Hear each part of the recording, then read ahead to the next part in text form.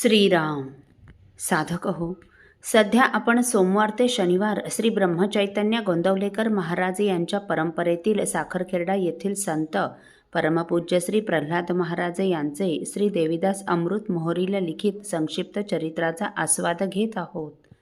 तसेच रविवारी श्री महाराजांच्या काही भक्तांचे अनुभव ऐकणार आहोत. श्री महाराजांकडून श्री समर्थ संप्रदायाची रामदासी दीक्षा ग्रहण करणारे महाराजांचे प्रथम शिष्य म्हणजे वामनराव जोशी हे नायगव्हाणचे राहणारे असून यांचा जन्म इसवी सन 1914च्या गुढीपाडव्याला झाला. यांना 2 भाऊ व 3 बहिणी होत्या. एक मोठा भाऊ व एक लहान. त्यांच्या वडिलांचे नाव आबाजी. पुढे वडिलांच्या पश्चात हे काही वर्ष मोठी बहीण नानी खडकेकडे राहिले. तिथेच मेहुण्याने त्यांची मुंज केली. मेहुणे याज्ञिक होते. त्यांच्याकडेच यांचं याज्ञिकीचं थोडंफार शिक्षण झालं. पुढे वयाच्या 17-18व्या वर्षी हे त्यांच्या आत्याच्या पुतण्याबरोबर विदर्भातील लोणी, लोणार वगैरे पाहण्यासाठी लोणीला आले. तिथे श्री संत सखाराम महाराजांच्या समाधीचं दर्शन घेतलं. लोणारला येऊन धारेचं स्नान केलं व या भागातील संत साधू महंतांची दर्शने घ्यावीत म्हणून इकडच्या भागात सध्या कोणी साधू संत आहेत का म्हणून चौकशी केली. तेव्हा साखरखेर्डा येथील श्री प्रल्हाद महाराजांची माहिती यांना मिळाली. श्री महाराजांचं वैराग्य, त्यांचा त्याग याबद्दल ऐकून त्यांचं दर्शन घेण्याची त्यांना इच्छा झाली. त्याप्रमाणे ते दोघेही साखरखेर्ड्यास आले. श्री रामानंद महाराजांच्या मंदिरात त्यांना श्री महाराजांचे दर्शन झाले.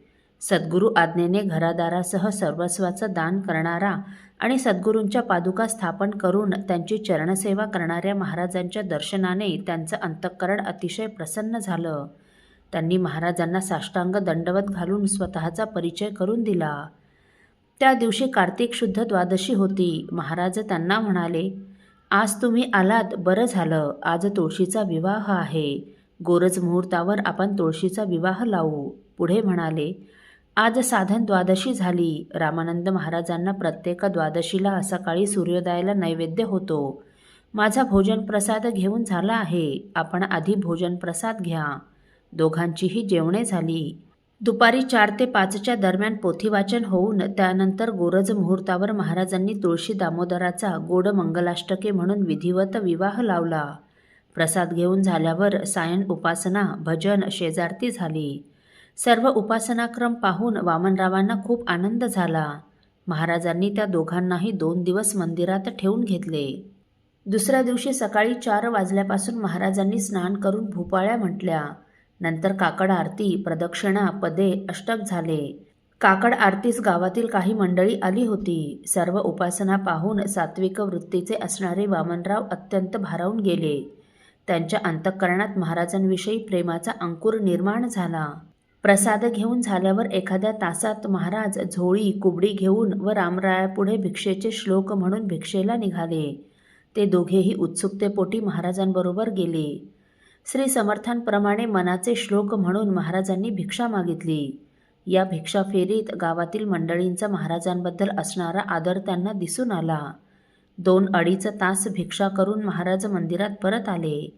नंतर नैवेद्य, आरती, वैश्वदेव सर्वांबरोबर भोजन प्रसाद, दुपारी ग्रंथवाचन व लगेच सायं स्नान, संध्या व उपासना हा सर्व उपासनेचा क्रम पाहून महाराजांविषयी त्यांच्या मनात अत्यंत आदर निर्माण झाला. असा संत जर आपणाला सद्गुरू म्हणून लाभला तर आपल्या जीवनाचं व नरदेहाला आल्याचं सार्थक होईल असं त्यांना वाटू लागलं. शेजारतीनंतर रात्रभर महाराजांचाच विचार करीत ते झोपले. सकाळी 4 वाजल्यापासून पुन्हा नित्योपासना सुरू झाली.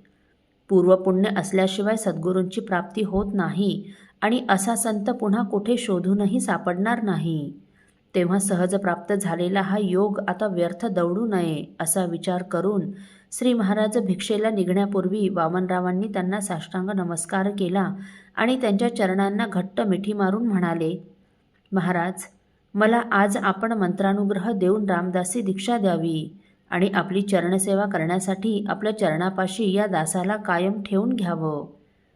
श्री महाराजांनी त्याला दंडाला धरून उठवलं आणि म्हणाले, अरे बाळ, तुला इथे येऊन केवळ 2 दिवस झाले आहेत आणि इथे तुझ्या घरची वडीलधारी मंडळी कोणीच नाही.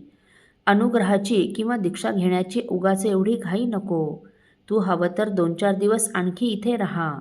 नंतर घरी जाऊन हे सर्व आईला सांग. अनुग्रह, दीक्षा आणि येथे रामसेवेला राहू देण्याची तिची इच्छा असेल तर तिची अनुमती घेऊन नंतरच येथे राहा बरं बाळ. परत 2 दिवस श्री महाराजांच्या सहवासात राहून ते व त्यांचा आतेभाऊ दोघेही घरी गेले. नंतर सावकाशपणे त्यांनी आईला घडलेला सर्व वृत्तांत सांगून, महाराजांचं वैराग्य, त्यांची उपासना, भिक्षा याबद्दल सर्व सांगून व आपण महाराजांना केलेली विनंती कथन करून, तुझी अनुमती असेल तरच महाराज अनुग्रह व दीक्षा देतील आणि रामसेवेसाठी चरणापाशी ठेवून घेतील म्हणून सांगितले. श्री महाराजांचा अनुग्रह, दीक्षा व त्यांच्या सेवेला राहण्यासाठी तो मनापासून अत्यंत अधीर झाला होता. त्याचा तो उत्साह व मानसिक तयारी पाहून आईने त्यांना या सर्वच गोष्टीसाठी अनुमती दिली. आईची अनुमती मिळताच आमच्या वामनरावांचा म्हणजे अण्णांचा आनंद गगनात मावेनासा झाला.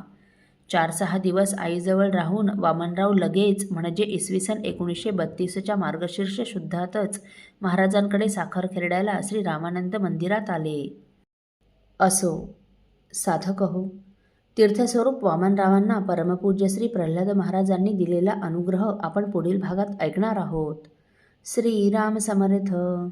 आपल्यातील कोणा श्रींच्या भक्तांना श्रींचे काही अनुभव आले असतील तर कृपया आपण मला ते 9422843253 अथवा सुनील दादांच्या 9892608401 या व्हॉट्सअप नंबरवर कळवावेत अशी नम्र विनंती. श्रीराम समर्थ.